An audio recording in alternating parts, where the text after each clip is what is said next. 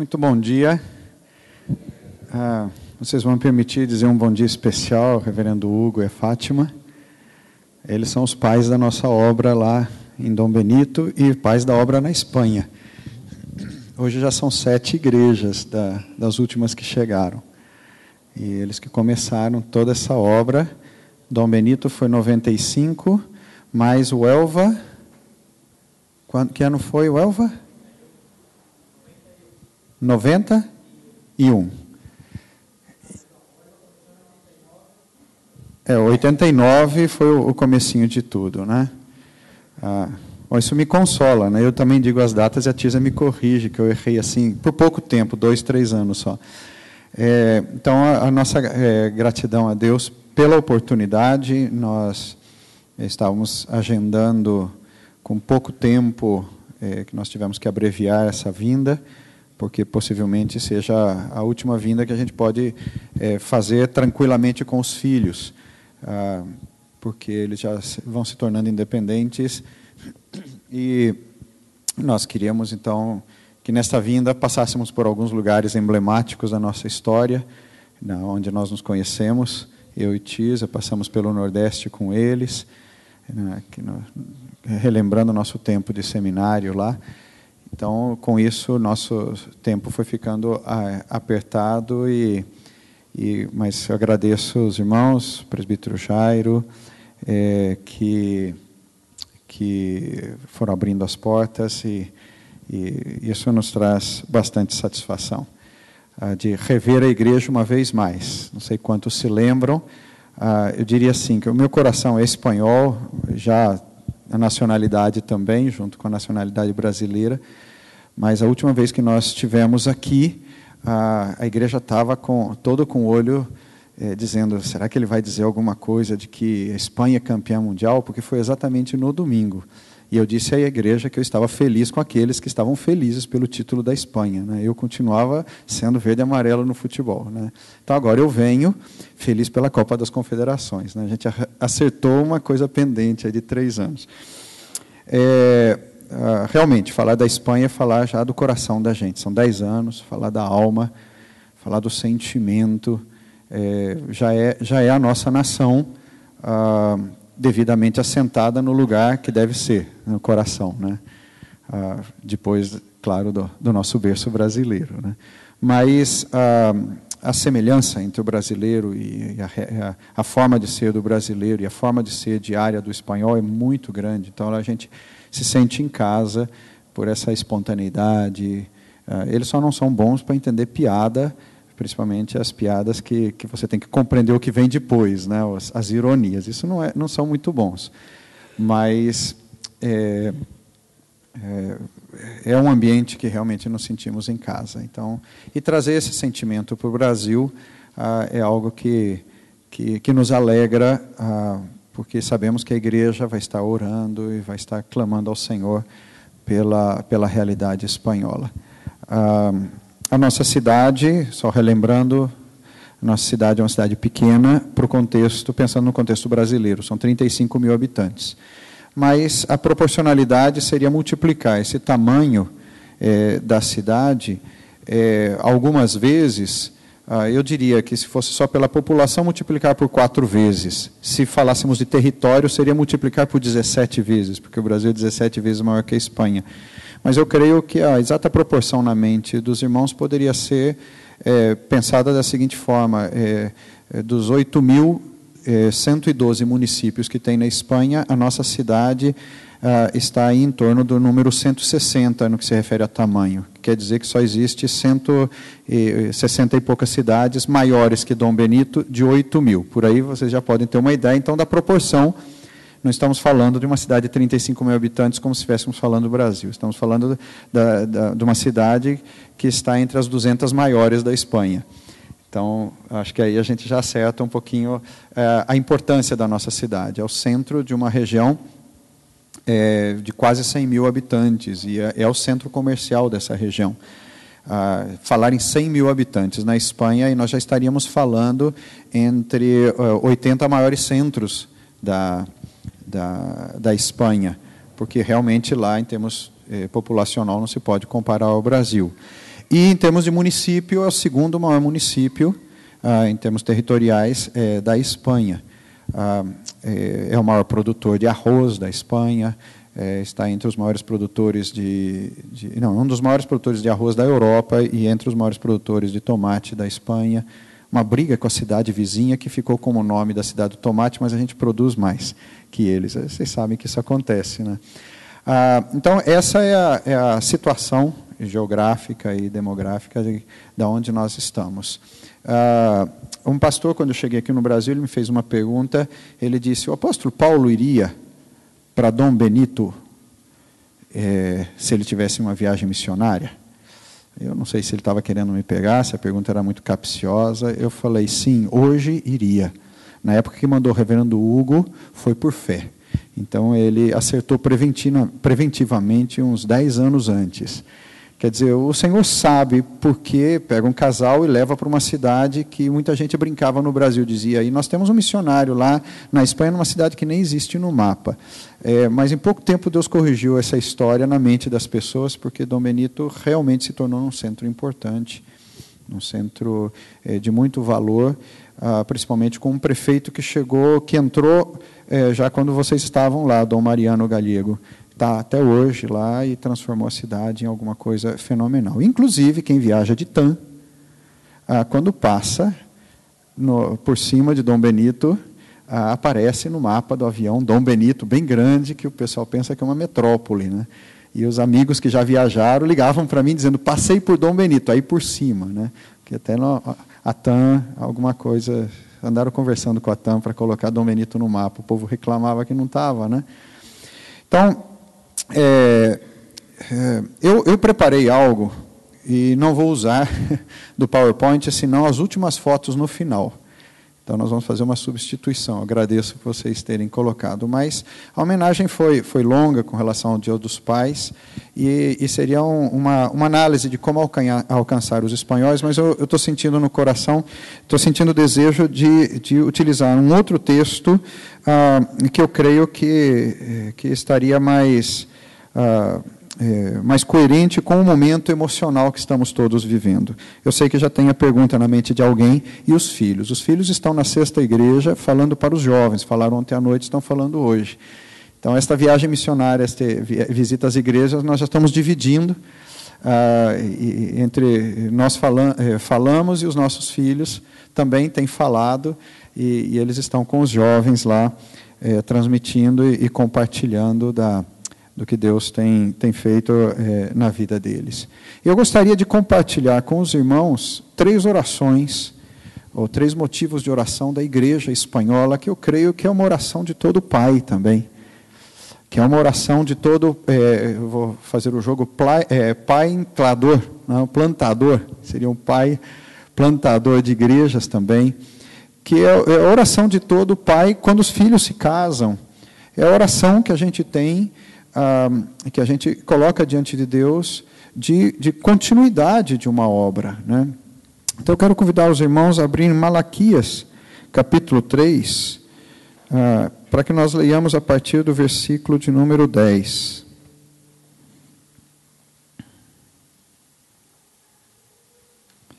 Não, 13, desculpa. O 10 é porque eu pensei em fazer uma brincadeira, né? Lê Malaquias 3, missionário. Aí já vamos para o 10, para falar de dízimo, de contribuição. Não, mas a partir do versículo 13.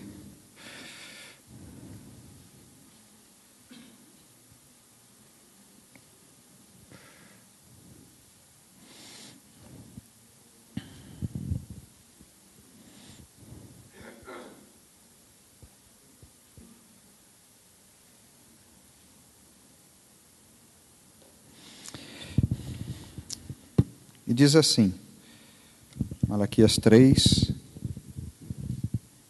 13. Eu diria que aquele vídeo que nós vimos poderia ser a introdução desse texto. Veja o que diz. As vossas palavras foram duras para mim, diz o Senhor.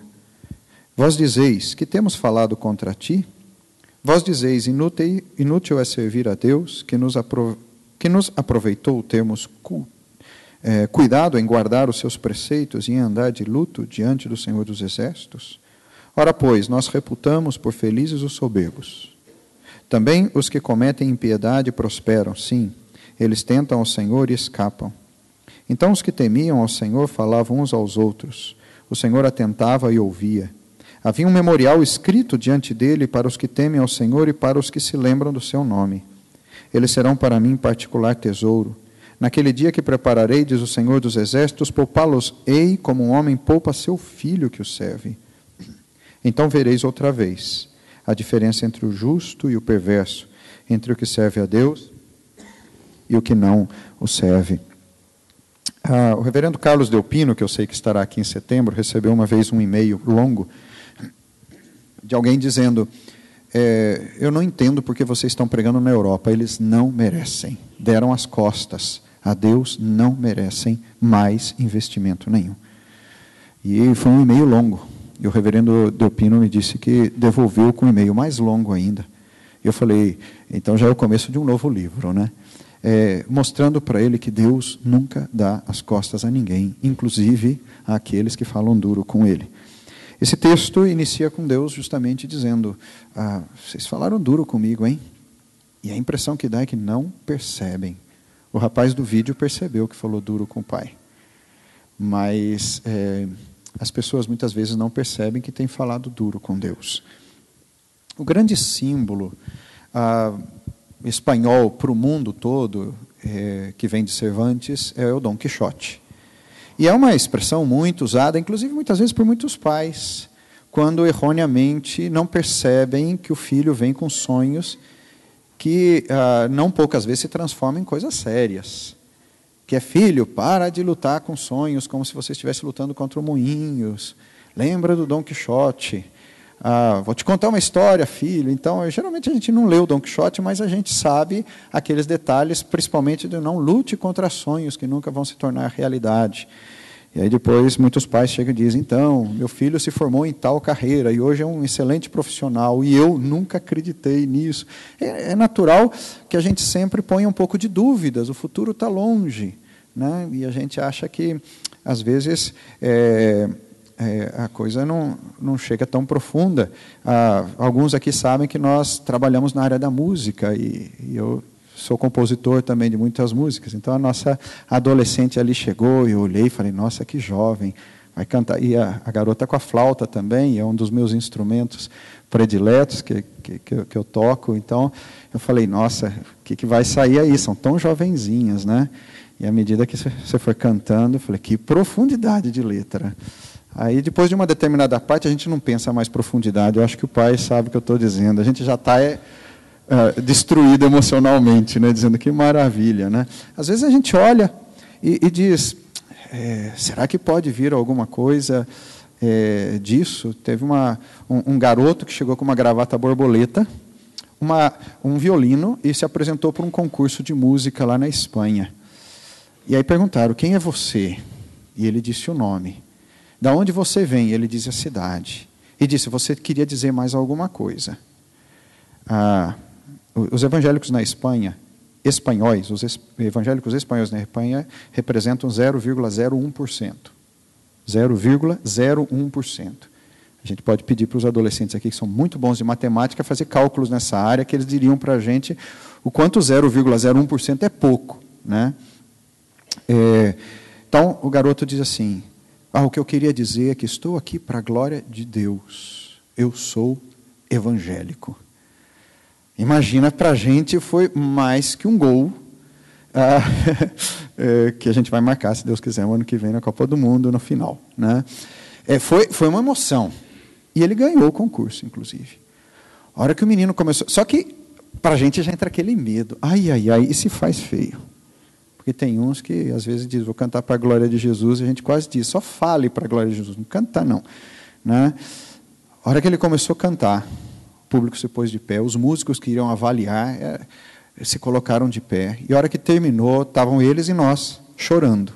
Que voz maravilhosa. E a hora que ele começou a tocar o violino, aí destruiu a gente também. Né?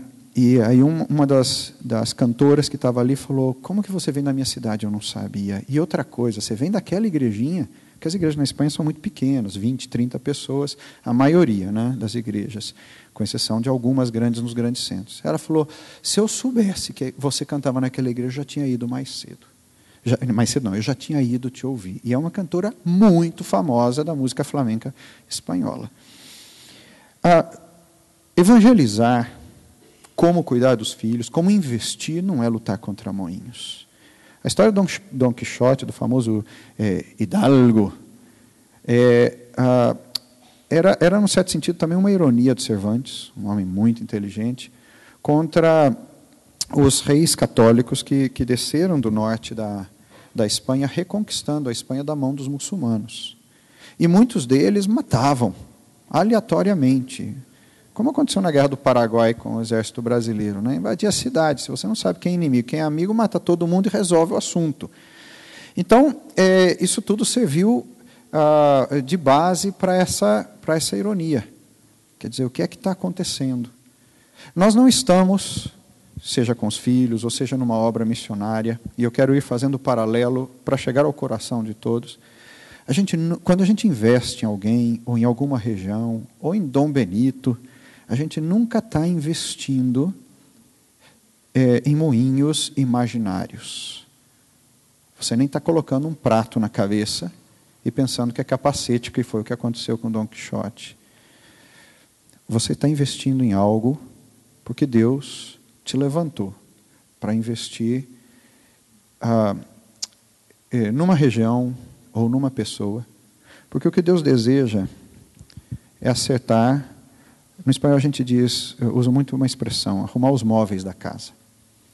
Quer dar uma acertada nas coisas e dizer, o que eu quero é isto e o que eu tenho que fazer é aquilo. Eu fui comprar uma vez, comentei com meu pai, falei, eu queria comprar um aparelho eletrônico, e naquela época os camelódromos não estavam legalizados. Dizem que até hoje não, né? Mas eu falei para o meu pai, eu queria comprar um aparelho eletrônico, eu sei de uma vendinha tal, que ali vende muito barato. E meu pai olhou para mim e disse, mas você sabe como isso chega no Brasil? Eu falei, mas está vendendo ali, a polícia não retirou. E ele me disse, comecem bem as tuas coisas. Você não vai usar esse aparelho para algumas coisas importantes da tua vida? Começa bem. Paga mais caro, mas compra numa loja legalizada, porque ele vai ser a base para uma série de coisas que você quer fazer na área de música e etc. Quer dizer, começa bem, faz bem. Não entra por atalhos, não. Investir na Espanha é investir numa história que a gente tem que entender com o próprio nativo, com o nacional, o que é que realmente acontece. Quando a gente senta com as igrejas, e somos poucas igrejas na Espanha, a Espanha não chega a 3.000 igrejas. No Brasil, só presbiterianos somos 3.000 igrejas, como mínimo. E quando a gente senta com aqueles líderes idosos, aqueles pastores de cabelo branco, que estão sofrendo, montão. Agora nós acabamos de despedir o Ramon Bellio e a Carolina, os ingleses lá de Badajoz, 31 anos de Espanha, que foram contemporâneos seus lá. Quando a gente conversa com pastores nacionais mesmos, eles dizem, a Espanha tem uma das coisas mais preciosas da história protestante do mundo. 2 tradutores da Bíblia, Cassiodoro de Reina e Cipriano de Valera, que na mesma época dos Cervantes, eles traduziram a Bíblia para o espanhol, dos originais. Essa Bíblia é a base de toda a igreja evangélica da América, que é a igreja evangélica hispana, desde o México até a Patagônia, em termos de idioma, é a maior do mundo. Essa Bíblia foi um instrumento de evangelização em espanhol de todo o planeta. Mas a Espanha só se gaba de Cervantes. Só se gaba do Dom Quixote. Quando a Bíblia em espanhol vendeu muito mais que o Dom Quixote. E que não é uma história irônica, todos nós conhecemos, é uma história real, uma história verdadeira. Quando o Senhor chama o seu povo aqui em Malaquias para acertar contas, para arrumar os móveis da casa, ele diz, vocês têm falado muito duro comigo. E eu tenho que acertar essa situação. A Europa, a Espanha, tem falado muito duro com Deus. Tem muita gente que diz que o povo europeu é muito duro e que o povo espanhol é muito difícil. Eu concordo no sentido de usar semânticas, expressões. Mas se nós aprofundamos na história, nós temos que ser realistas de que eles não são duros e nem difíceis. Eles viram coisas no cristianismo que qualquer pessoa que veja isso também tem problemas com o cristianismo. Tem gente que diz que o islamismo está crescendo muito na Europa e que isso é um perigo. O islamismo, o ateísmo principalmente, o novo ateísmo, que eu já explico um pouquinho mais o que é, chamado um pouquinho ateísmo moderno, ele tem crescido na Europa, não é porque eles são bons, e nem porque os muçulmanos estão tão preparados estrategicamente que estão crescendo, é porque a Europa se decepcionou com o cristianismo.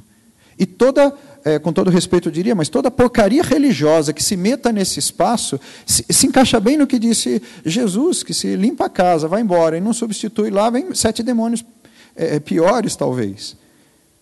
Porque o cristianismo, infelizmente, na Europa, fez coisas que deixou o europeu decepcionado. Agora, que cristianismo é esse? É o verdadeiro? Claro que não é o verdadeiro cristianismo. A Europa sempre teve o verdadeiro cristianismo, mas que, como hoje, sempre esteve pisoteado, apagado, perseguido. E perseguido por fogo amigo. Que vocês já devem ter escutado muito aquela famosa expressão nessas últimas guerras do fogo amigo, que é quando alguém do próprio exército mata um companheiro. Quer dizer, o próprio cristianismo perseguiu o próprio cristianismo para se manter no auge, principalmente quando o cristianismo ou qualquer religião assume cores políticas. A oração da igreja espanhola, em primeiro lugar, alguém diz, pastor vai pregar com 3 pontos. Mas o meu professor de seminário, o reverendo Otton Guarnais Dourado, disse que a lógica do Espírito Santo sempre foi 3 pontos. A começar da própria Trindade, então 3 pontos é alguma coisa profunda, né? A primeira oração é que o povo espanhol seja genuinamente alcançado na sua individualidade. Aí eu faço paralelo com os pais. A gente vai cuidando dos filhos, mas à medida que ele vai crescendo e vai imitando a gente percebe que tem que investir um pouquinho mais. Quando o pastor falou a questão de joelhos, de orar de joelhos, eu me lembro que um dia eu estava orando assim, veio meu filho, ficou de joelhos do meu lado. Aí eu senti ele me tocando, meu filho é muito preguento, né? Ele gosta de agarrar. Aí eu olhei para ele e falou, está orando? Quer dizer, isso impacta, porque ele está te copiando. Não é discurso, é cópia. A oração da igreja espanhola é que o povo espanhol seja tocado na sua individualidade. Porque o povo espanhol, como nós vimos no arrazoado desse texto, se cansou de discurso. O espanhol não suporta discurso mais. Aliás, ele gosta de uma boa discussão, e a gente faz amigos com uma boa discussão. Só que se ele já se contrapõe à tua ideia, você perdeu a oportunidade de encontrar uma outra forma de transmitir a ideia. Então eu quero discutir sobre futebol, vamos discutir sobre futebol. Sobre política, eu gosto também de política. História, eu gosto de discutir história com os espanhóis, porque quanto mais provoca, mais eles me ensinam. Porque desde pequenininho eles estão sempre escutando sobre a história da Espanha, que é o maior patrimônio deles. Agora, sobre o cristianismo, nós não discutimos. Eu não vou dar a oportunidade de uma contraposição. Posso até fazer um amigo, mas aí se ele assumir uma postura de estar contra, aí eles gostam dessa discussão. Como transmitir o cristianismo? É transmitir da mesma forma que a gente quer transmitir para os nossos filhos. Que na individualidade eles possam descobrir quem eu sou com Deus. E eles queiram copiar isso. Existe algo muito forte na cultura espanhola, que no Brasil eu sei que causaria muitos problemas. É uma expressão que eles dizem tutear. Não me trate de senhor. Por favor, eu não sou velho. Um que repete isso comigo, porque sempre escapa, é o dono do local da igreja, Manolo. Lembra do Manolo, né? Dona Josefina morreu faz uns meses atrás. Ele continua vivo. 80 e poucos anos, 81, 82, 83 anos. Olhei para minha mulher, viu? Errei por 3 anos também. Ah, muito. Ah, muito. E o Manolo, ele me diz, não me chama de senhor, eu não sou velho. Eu sou jovem ainda, veja a minha força. Parei de andar de bicicleta agora. 83 anos. Por que eles são assim? Lá não se trata de título ninguém, não se chama, nem o médico se chama de doutor, ninguém. Eles dizem que só se chama o rei de majestade, e alguns espanhóis dizem, eu só chamo um por título, é o rei. Porque se eu não chamar de majestade, eu vou chamar de outros nomes que são feios, né? Porque o povo tem um pouco de raiva do rei. Mas ele continua porque é a unidade nacional. Porque o espanhol, pela sua história, cansou da diplomacia que separa as pessoas. Me trate com intimidade. Me trate com intimidade. Quando a gente olha para esse texto, o Senhor reconhece o diálogo e as alegações do povo. E diz, realmente vocês têm dito que se cansaram. Que se cansaram. Na individualidade, você conversa com o povo espanhol, e eles dizem, o que é o cristianismo senão esse instrumento sanguinário que só massacrou a nossa nação ao redor dos anos? O que é o cristianismo senão isso? Como que a gente vai transmitir para alguém que cresceu com ódio? E eu fico preocupado, porque, por um lado, e outro dia conversando com o reverendo Carlos lá na Espanha, nós estávamos falando, veja só, a gente quer evangelizar, quer ganhar a cidade para Cristo, a nação para Cristo. Depois que você ganha a nação para Cristo, começa um outro processo, que é o da revitalização, da reevangelização, porque parece que as multidões se convertem, e no meio dessas multidões, uma parte realmente está mal. E eu sei que o Brasil já está trabalhando nisso, a reestruturação, a reconversão de pessoas que se acostumaram a participar das igrejas, que se acostumaram com o ambiente cultural. Cheguei em uma loja lá em Mineiros, e a hora que entro para comprar uma sandália, a hora que eu entro na loja, um show evangélico, nas televisões da loja. Depois eu chego uma segunda vez, um show sertanejo. Quer dizer, já entrou na cultura. Esse é o segundo ponto que eu queria mencionar. Não só essa intimidade, dizer para o espanhol, olha, Deus é importante para a minha vida, mas dizer por atitudes. Alguém disse que foi Agostinho que falou, evangelize sempre, se houver necessidade, use palavras. Mas é a questão da cultura também. Porque se você tem um monte de indivíduos, uma quantidade imensa de indivíduos, que deixaram o cristianismo, que deixaram de entender quem é Deus, eles passam a ter costumes. E o que aconteceu na Europa? Eles deixaram de crer em Deus, de aceitar a Deus, mas continuaram indo na sua religião. Seja o catolicismo na parte, vamos dizer, do meio para baixo da Europa, ou seja o protestantismo do meio para cima. E continuaram sendo cristãos sem crer no cristianismo. Espanhóis que dizem, eu creio em Maria, eu creio na padroeira, em La Virgen, como eles dizem, mas não creio em Deus. Eu não aguento e digo, mas isso não é incoerência? Eles dizem, incoerência ou não? Eles dizem, La Virgencita me escucha. A virgenzinha, a padroeira me escuta. Então isso não é cristianismo, isso é outra religião. Isso é outra religião. Existe algo que os ateus têm chamado de novo ateísmo, ateísmo cultural. Você pode ser cristão e ser ateu. Você pode ser protestante, ser ateu, judeu, ser ateu. Por quê? Porque você adota só a cultura da religião sem crer que existe alguém espiritualmente superior. Você pode ter uma religiosidade e ser ateu, porque a tua religiosidade é a cultura que você está inserido. O que isso significa? Que tem muita gente enchendo a igreja e não crê no que a igreja prega, mas crê na força da coletividade, da fé do ambiente. Eu gosto da fé que vocês têm, evangélicos. E Deus, esse é deixa para lá, mas eu gosto como vocês são. A outra oração da igreja espanhola é essa, que a cultura espanhola seja tocada, seja modificada. Que o espanhol entenda que Deus é um Deus vivo verdadeiro. Não é um Deus que se move por religiões, que cria uma cultura religiosa, como cidades, povoados da Espanha, que se fecham. Tem um que eu vou muito, Campanário, que 2 vezes por ano eles se fecham por 15 dias só de festas religiosas. Eu conversei com o padre dessa cidade, que é jovem também, porque uma senhora da minha igreja estava cuidando de a vovozinha que ia à missa. E ela me contou, dizendo, pastor, ele prega o evangelho, ele abre e dá cada cacetada na igreja que parece você pregando. Aí eu fui lá conversar com ele. Ele me levou para a sacristia, eu fiquei vendo as imagens no computador, e aí eu fui conversar com ele. Eu falei, me conta um pouquinho daqui. Ele me usou 3 expressões que me marcaram. Ele disse, está vendo essas fotos? Esse povo levanta a padroeira, mas Cristo não está no coração deles. Segunda coisa, vocês estão 200 anos na frente da gente, vocês os protestantes, porque vocês conhecem a palavra de Deus verdadeira. Terceira, eu já tinha contado da nossa igreja, falei, eu prefiro os 20 e pouco da tua igreja que os 600 que vem aqui na missa. Eu fiquei olhando para ele e falei, se eu contar isso no Brasil, tem que dizer que foi um padre, e todo mundo vai acreditar porque eu sou pastor. Porque se você conta isso em outros lugares, vão dizer, mentiroso.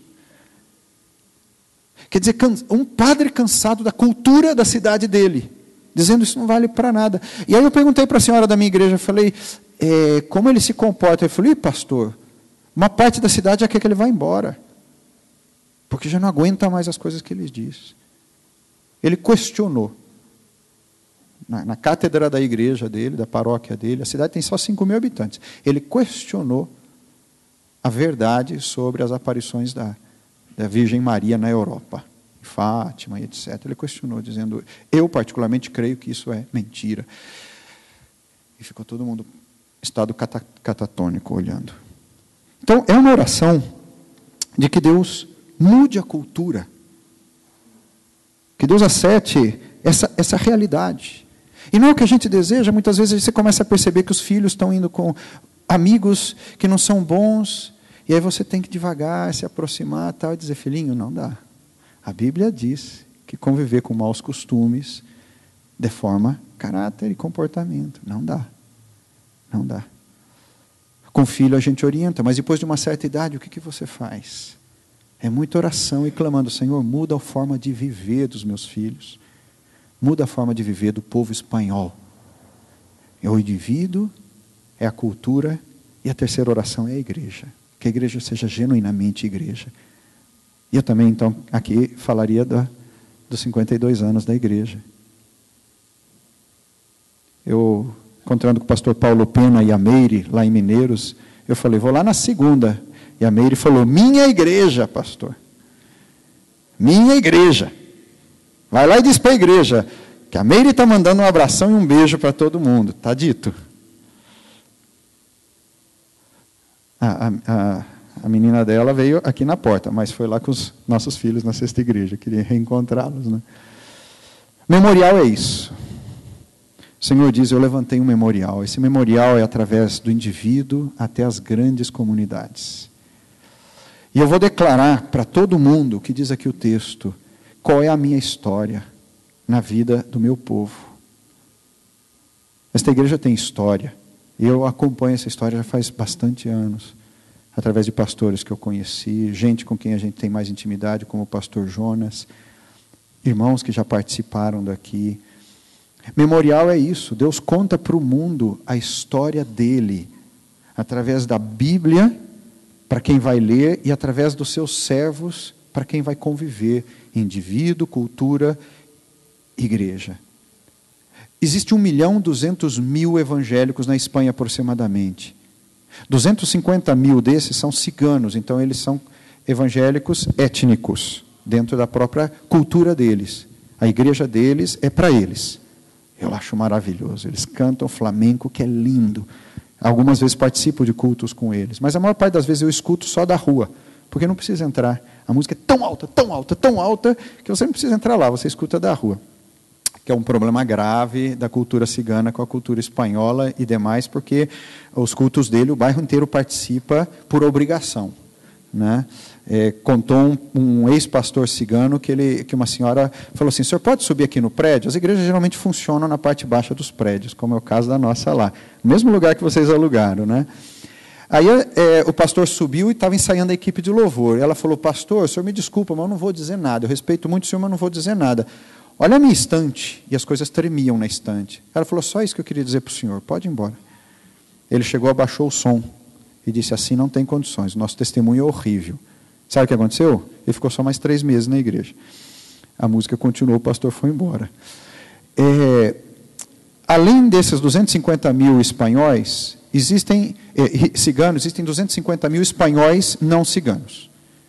Vamos dizer, gente nacionalizada como nós, ou espanhóis, nascidos de sangue espanhol.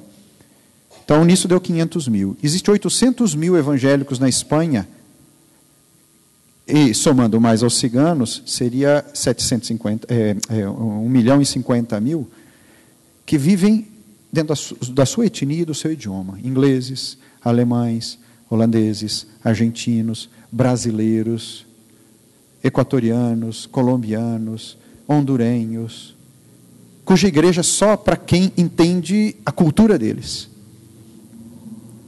Você entra e se sente um peixe fora d'água. Você não suporta ficar, porque é uma coisa só deles, só para a própria cultura. E quando o idioma é outro, aí piorou.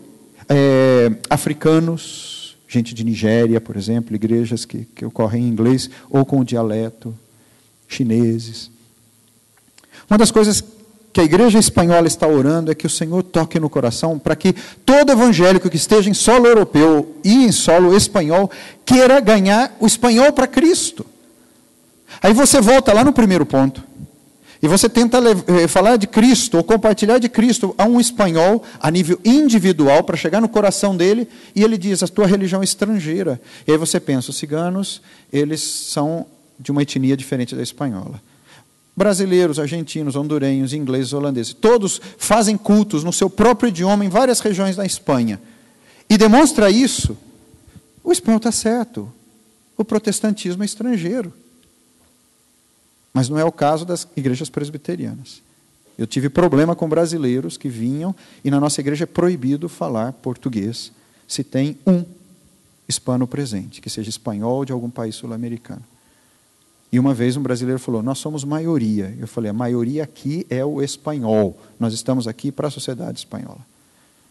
E alguns não gostaram. Não gostaram mesmo. A oração da igreja espanhola hoje é que a igreja espanhola, além de ser fiel à palavra, além de ser doutrinariamente correta, seja uma igreja de amor pela sociedade espanhola, porque se tem algo que a sociedade espanhola se cansou historicamente, é de que gente usava o cristianismo para o seu bel prazer e para a sua própria satisfação. Se você está e é crente, está em território de uma nação e cria uma igreja no seu idioma, na sua etnia, para fazer festas típicas da sua própria nação, você está preocupado com as pessoas ao seu redor? Ou você está preocupado em criar um gueto onde você está em outra nação, mas ali você se sente como se estivesse na sua própria nação? É isso, são guetos. E a oração desses pastores idosos é dizer que venham pastores à Espanha, que venham imigrantes evangélicos à Espanha, mas que queiram ganhar o espanhol para Cristo. Alguém diz assim: explica isso melhor, pastor. É muito simples. O teu filho conhece uma garota e desde o namoro você começa a perceber: vou perder meu filho. E depois que se casa acontece isso. Te visito uma vez, 2 vezes ao ano. Porque infelizmente ele arranjou um casamento em que a garota tirou da família. Não quero ter relacionamento. Eu não sei se isso já aconteceu com alguém aqui. Eu conheço famílias. E isso é muito presente na Europa. Filhos que o dia que se casam desaparecem. Os pais chegam a levar 3 anos sem vê-los.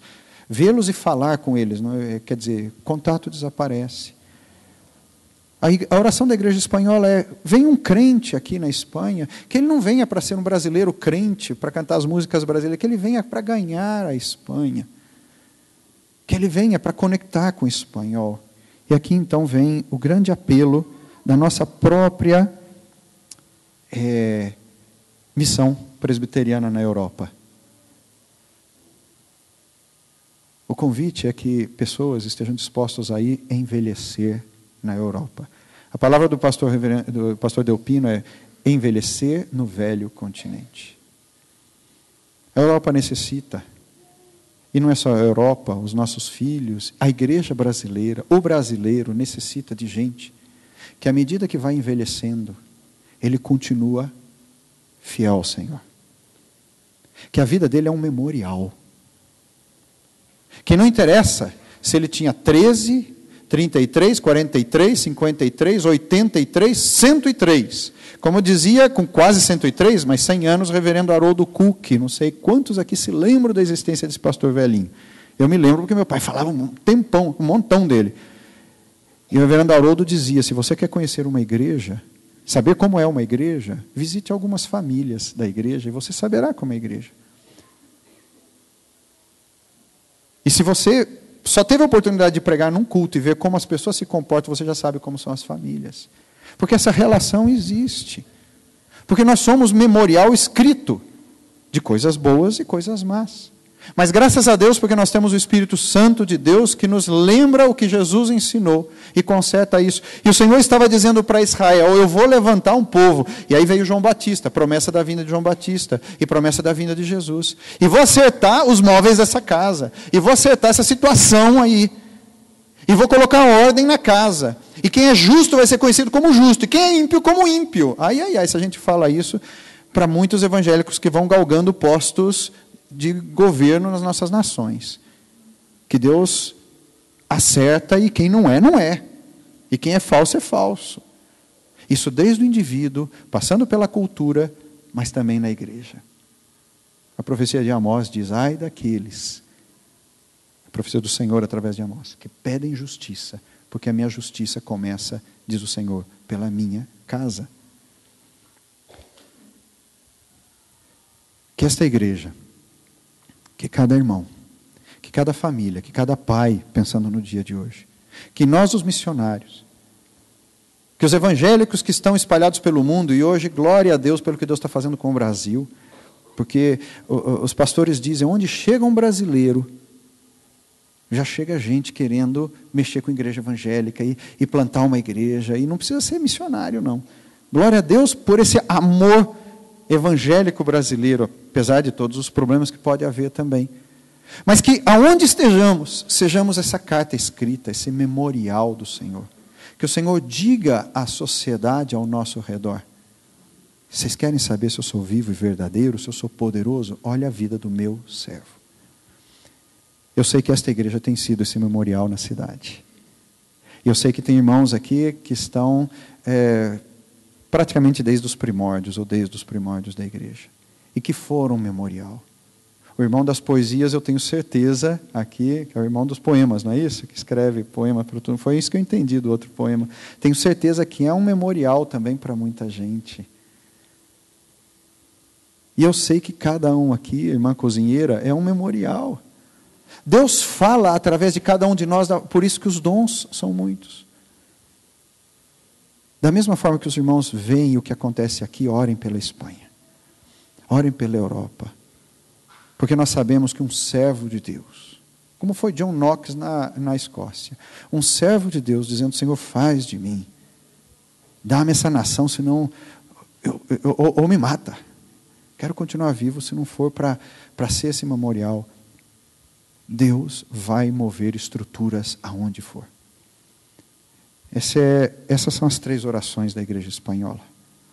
Orar pelos indivíduos, orar pela cultura e orar pela igreja.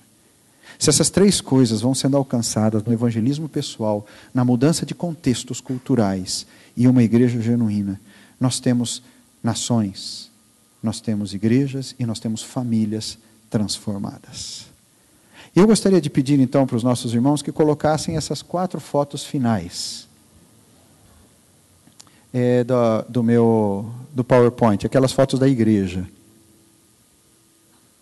Show Dom Benito. Mas vocês são rápidos. Eles já foram para a internet e encontraram o Dom Benito. Olha só. Para com isso, isso já é surpresa para mim. Já mexe com o coração. Então, pode ir mudando as fotos até chegar dos jovens. Esse é um pouquinho do grupo da nossa igreja. Cada reunião a gente tem um grupo diferente, porque muitos trabalham todo o tempo. Temos indígenas equatorianos, aqueles da nossa esquerda. Temos espanhóis. E temos um grupo de jovens que a gente reúne para estudar a Bíblia. Um segredinho. 1 hora de discipulado. Olha a alegria deles. Depois de 1 hora de discipulado, um estudo profundo da Bíblia. Mas claro, aí nós estamos comendo cachorro quente. Foi a troca. 1 hora de discipulado. E tem um aí. Cadê? Olha, não, que está aí por trás do de vermelho. Ele falou, mas cachorro quente livre? Falei, sim. Ele falou, pelo menos 10. Falei, Deus meu, eles comem com uma força. E comem. A Tisa faz, ela usa uma panela maior que uma panela de pressão. Ela enche de molho, que é a salsicha picada, um molho bem forte e tal. E a padaria está em frente. Eles vão comendo até... esse grupo, eles enxugam a panela. Elas acabam com a panela, maior que uma panela de pressão. E vem pão, e vem pão. Enquanto não acaba, tal. Aí eu falo, semana que vem, 1 hora. E eles participam.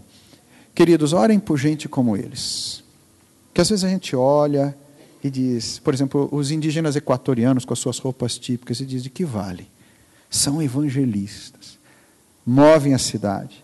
O povo às vezes diz assim, olha, o que vocês... A nossa vizinha do andar de cima, que é a Mercedes e o Fernando, ele filho do Manolo.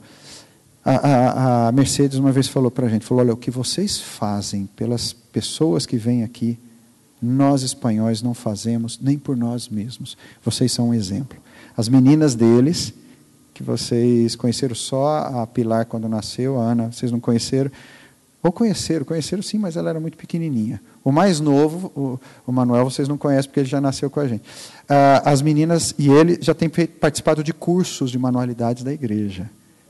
10 anos, mas é um processo. Orem, queridos, e aqui fica a nossa palavra. E também de gratidão pelo companheirismo desta igreja.